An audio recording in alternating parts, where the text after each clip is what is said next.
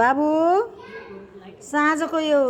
8 बजिसक्यो अझै पनि यहाँ बनाइछन् भोलि बनाउँदा हुँदैन अब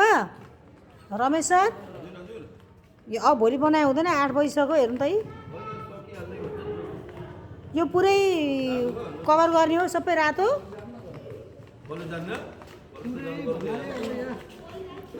कहाँसम्म त्यो सबै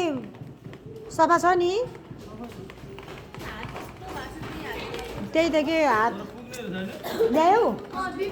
ल ठिक छ ल ल ल लु जाउँ माथि आज हाम्रो केटीहरूको चाहिँ बर्थडे पनि छ यहाँ बर्थडे मनाइदिनु पर्ने छ फेरि ल राति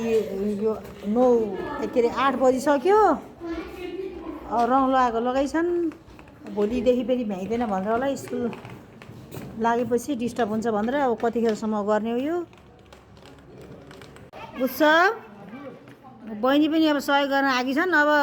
भोलि गरेर छोडिदेऊ भोलि भोलि भोलि गरेर छोडिदेऊ अनुष्का आऊ खाना खान किन अब यतापट्टि श्रीमत छोरो छ श्री आउन् यदि यो कालो भेस्ट लाउने उत्सव छोरो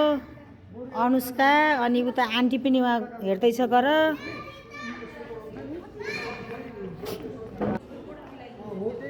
त्यही त अब भोलि गर्नु राति राति नगर हात पनि मर्केको छ उत्सवको त भोलि गर भोलि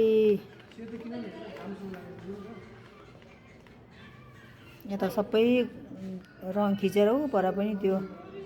बास्केटबल कोर्ट बनाइसकेको छ ल त्यही गर्नु होला ल मेहनती छ मेरो छोरो अब यहाँ बर्थडे छ फेरि एकजना सानो नानीको